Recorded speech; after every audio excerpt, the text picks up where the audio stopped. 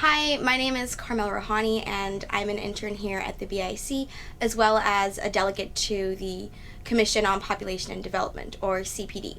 I'm here with another one of our delegates, Geoff Cameron, and as someone who knows a lot about migration, we thought it would be great to sit him down and have a bit of a conversation about this. Those of you who've already watched our first video will know that it was about why it's important to discuss migration, as well as what are some common myths or misconceptions surrounding the matter.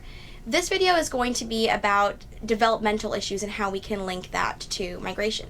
So having said that, Geoff, what are some ways that migration can contribute to development? This has been a big subject of discussion at CPD this year. A lot of states have raised the potential contribution migration can make to development, and it can really be broken down into three types of contributions migration makes to development. The contribution it makes to migrants themselves in human development terms, the benefits that migrants reap from moving, the contributions migration makes to receiving countries, those countries they move to, and the contributions to development it can potentially make to the sending countries. When we talk about migrants themselves, there have been some very interesting studies done. For example, the Human Development Report a number of years ago looked at migrants, not only migrants from the south to the north, but even migrants within, from north to north, from south to south.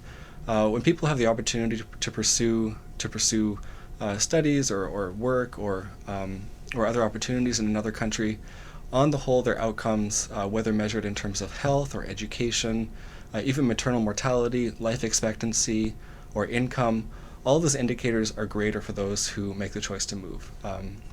So there's a net improvement to human welfare and well-being that is often received by migrants themselves.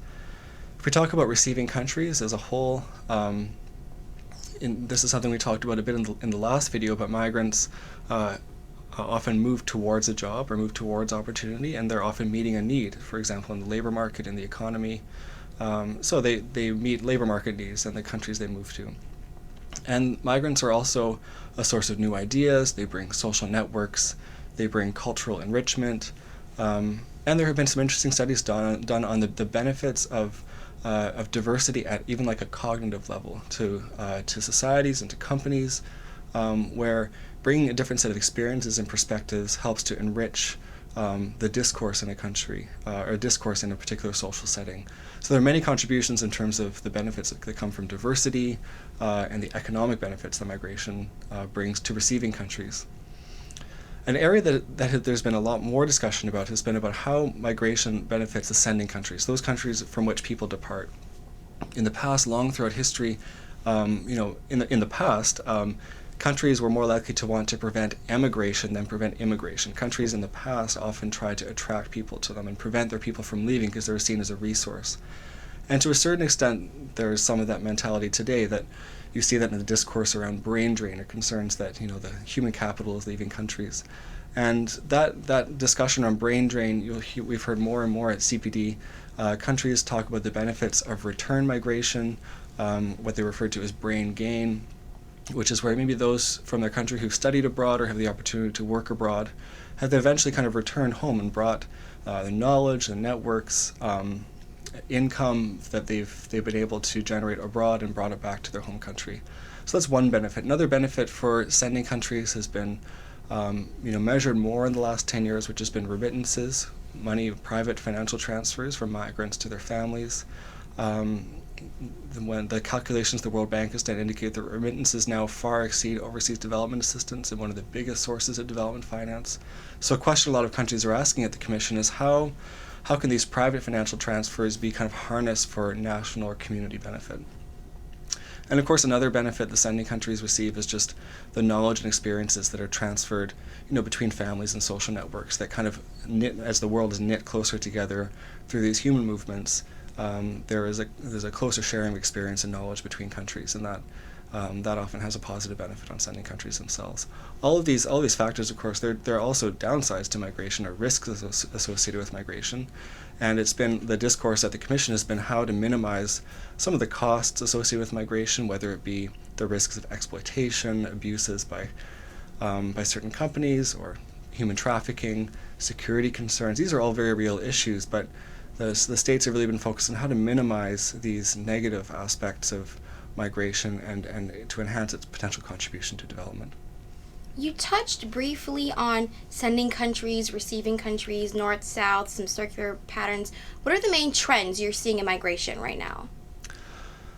Well, in a way, migration is natural to the human condition. I mean, people have been moving since our evolutionary origins in Africa. I mean, the spread of the human species across the earth has been one of migratory movement, people exploring new frontiers. So in a way, migration itself is, inherent to the human condition. It's been with us throughout our history.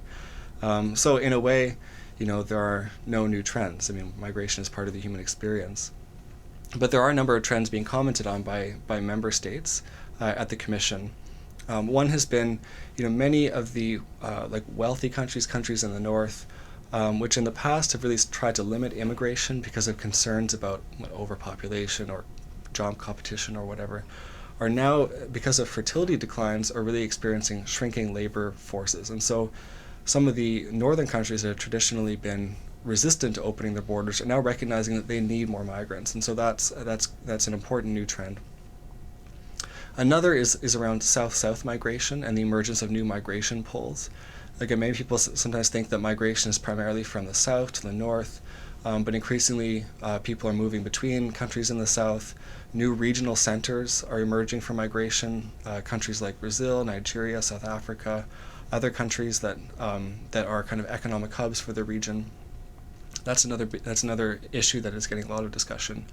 And in general, there's been an effort to reframe the discourse away from just cross-border movement, because that tends to focus on issues of border control, which can be controversial, towards a broader focus on mobility generally. So internal migration and its relationship to external or to cross-border migration has been a discussion.